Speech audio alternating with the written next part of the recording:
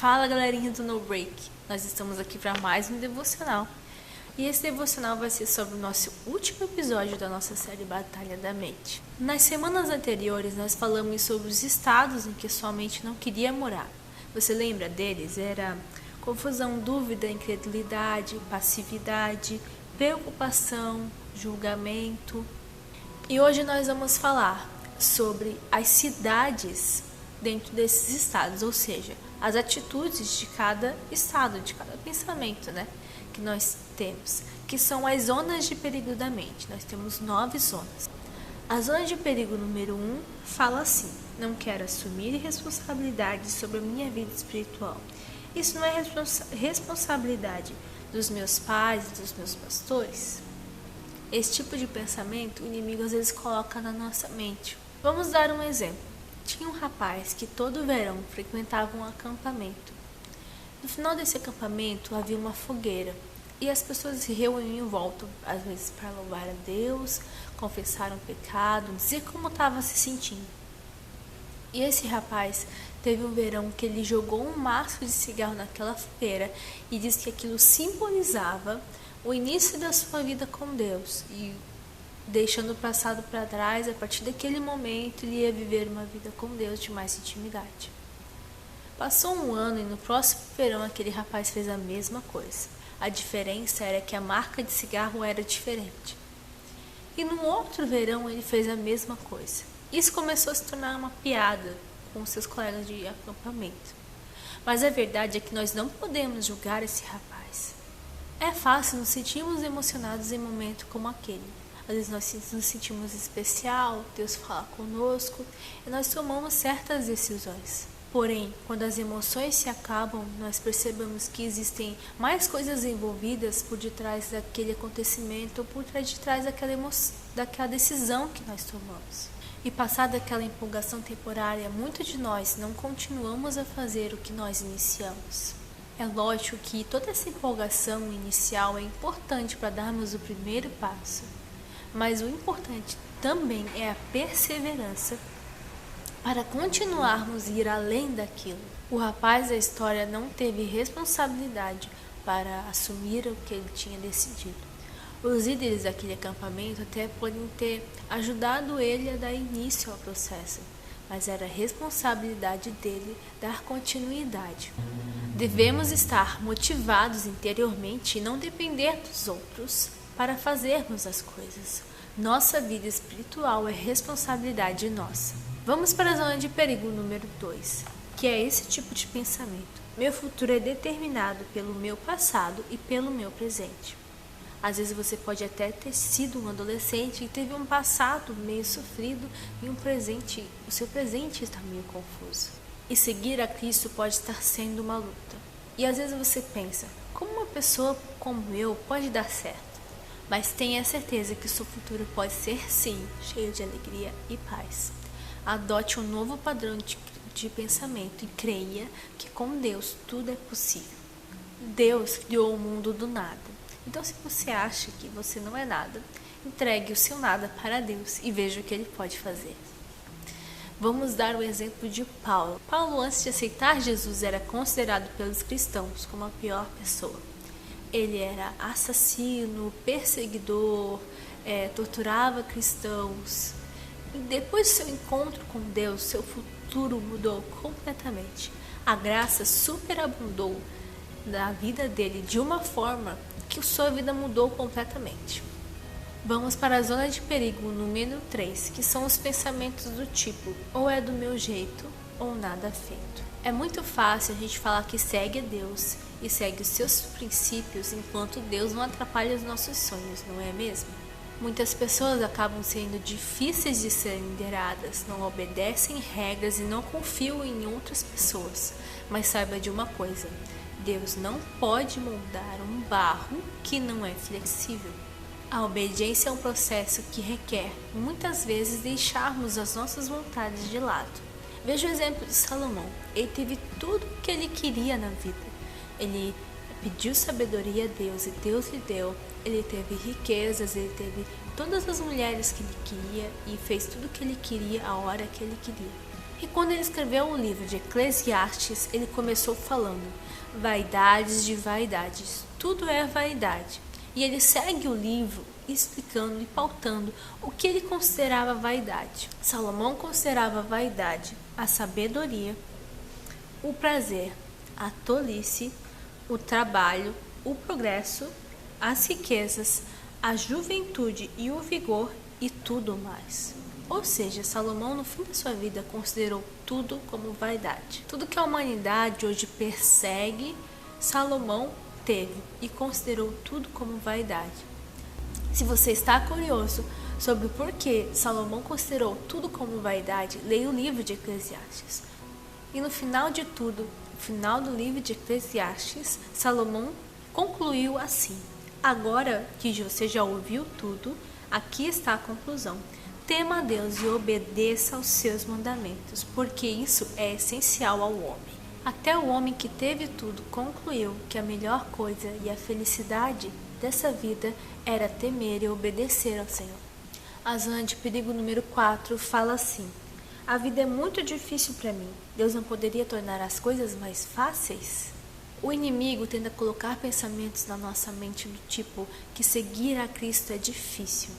E sem perceber, nós começamos a reclamar das coisas, colocar barreiras em tudo e ver o negativismo de tudo. Mas lembre, isso é uma tática de Satanás. A verdade é que nós tornamos as coisas mais difíceis ainda ao reclamarmos. O negativismo, ele suga a nossa alma e toda e qualquer atitude positiva que nós precisamos para seguir em frente. Você já esteve do lado de uma pessoa que pensa tudo de uma forma negativa? Como você se sentiu? Claro, muitos caminhos são difíceis sim, mas Deus prometeu estar do nosso lado, prometeu nos dar força, seja ela física, espiritual ou mental. A zona de perigo número 5 são esses tipos de pensamento. A vida é muito injusta, isso não me dá o direito de reclamar? Às vezes você pode até se questionar: por que Deus se agrada de nos ver sofrer, já que Jesus já sofreu e morreu pelos nossos pecados?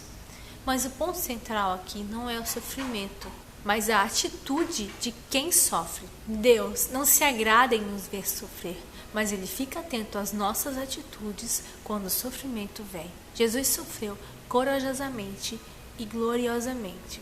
Tudo isso sem falar nada, de uma forma injusta. Ele é o nosso maior exemplo de como nós devemos nos comportar em meio ao sofrimento. Se pararmos para pensar, nós vivemos em um mundo de reclamações. No seu dia a dia, comece a refletir em quantas vezes você reclama e em quantas vezes você simplesmente contempla e agradece. A zona de perigo número 6 são pensamentos assim: meu comportamento pode estar errado, mas não é culpa minha. Você já se ouviu falando algo do tipo: se irrita porque o outro falou alguma coisa, fez alguma coisa errada porque o outro te induziu ao erro? Você se irrita por causa de alguma coisa que a outra pessoa fez. Quando fazemos algo errado, principalmente quando somos pegos em flagrantes, nós somos rápidos em apontar o dedo para outra pessoa. E infelizmente esse dedo quase nunca é apontado para nós mesmos. Satanás quer nos manter na desculpa, ele não quer que nós enfrentamos a verdade. Uma chave para se ver livre do jogo da acusação é buscar o perdão de Deus. Deus é rápido em perdoar. Deus é rápido em perdoar se verdadeiramente nos arrependermos. Não tem como a gente se arrepender se nós não enfrentarmos a verdade sobre nossas atitudes e nossos erros. Enfrentar a verdade significa ir além de simplesmente admitir o erro. Significa não dar desculpas por aquele comportamento errado. A zona de perigo número 7 fala assim: tenho o direito de me sentir infeliz. Minha vida é uma droga. Pense bem, sempre quando alguém nos fere ou sofremos algum desapontamento, o inimigo logo sussurra no nosso ouvido o quão injustamente nós fomos tratados e quão cruel as pessoas foram conosco. Começamos a ouvir essas mentiras e elas ficam nos rodeando, nos tornando prisioneiros da autopiedade. A Bíblia, contudo, não nos dá permissão de nos sentirmos infelizes com nós mesmos. Ela até enfatiza, a mensagem principal dela é: olhe para os outros, não olhe para si mesmo. Quando a Bíblia fala ame ao próximo como a ti mesmo, não está falando tenha pena do próximo como você tem pena de você mesmo.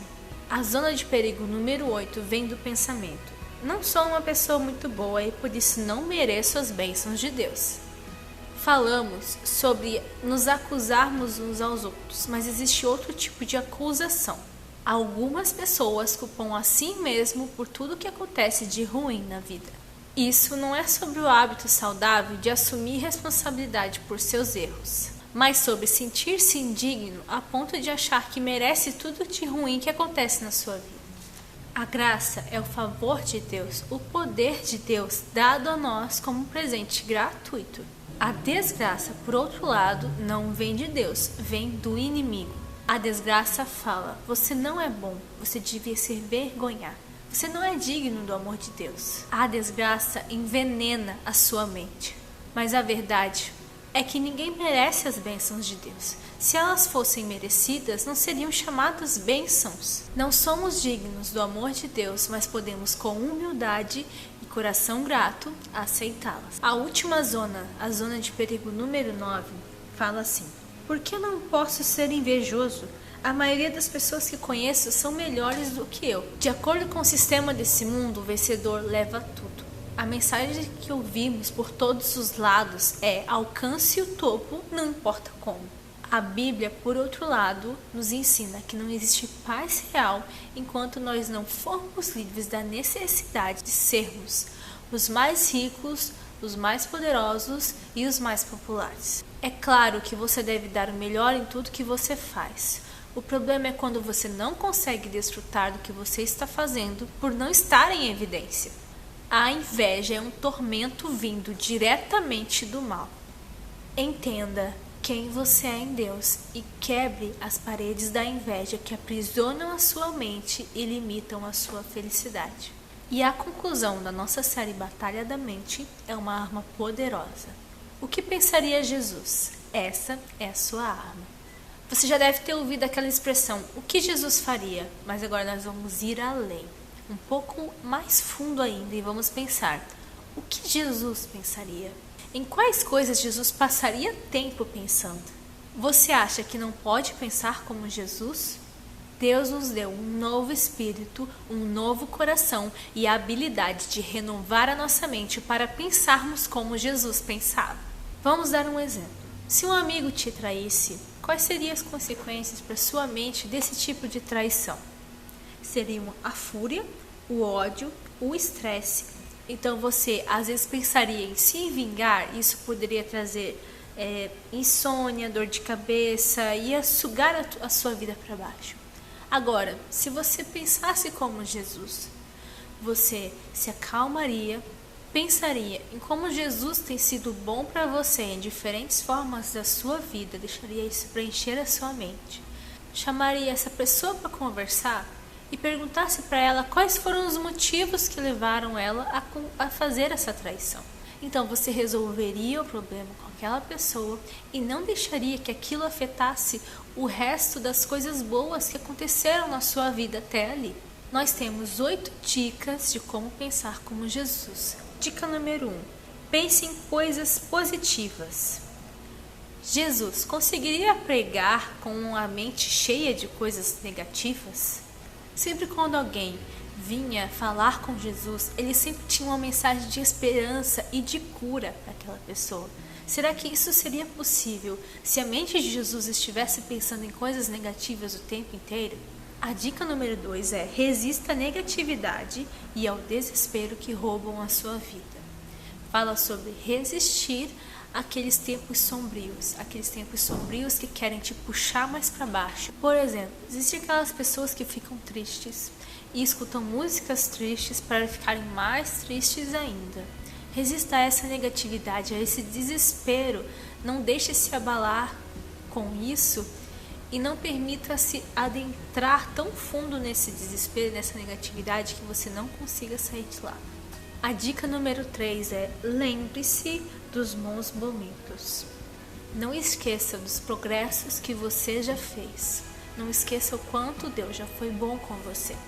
Dica número 4 fala: busque Deus por meio da oração e do louvor. É importante louvar a Deus por todas as coisas que Ele já fez.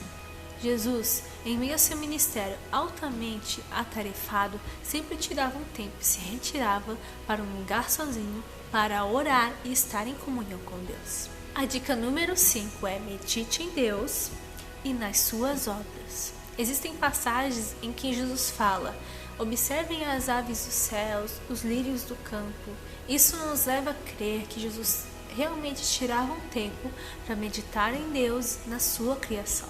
A dica número 6 é: opere com base no amor. Lá em 1 João 4,16 fala assim: assim conhecemos o amor que Deus tem por nós, e o seu amor está aperfeiçoado em nós. Fala sobre conhecer o amor de Deus por você e operar com base nesse amor. Um exemplo para você seguir essa dica é procurar na Bíblia porções que falam do amor de Deus e deixar que isso entre na sua mente, entre na sua alma, meditar sobre esses versículos para conhecer um pouco mais o amor de Deus e operar com base naquilo que você aprender sobre o quanto Deus te ama. A dica número 7 fala assim: esteja consciente da justiça e não do pecado.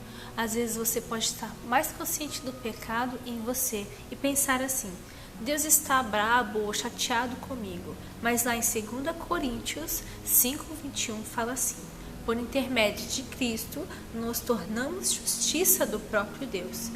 Deus pode nos limpar e perdoar. Então esteja consciente que por meio de Cristo nós nos tornamos justiça perante Deus. Esteja ciente disso. A 8ª dica fala assim: seja grato. Jesus sempre agradecia ao Pai em todos os momentos, dos momentos triunfantes, trágicos e até os momentos de rejeição. Então, até aqui nós demos para você várias dicas e várias armas e estratégias contra essa batalha, pois Satanás tem declarado guerra contra sua mente e agora você tem armas para vencer, como o amor, a oração e a habilidade de pensar como Jesus pensava. Qual dessas armas você vai usar contra o inimigo na batalha da sua mente? Eu não sei você, mas eu vou usar todas.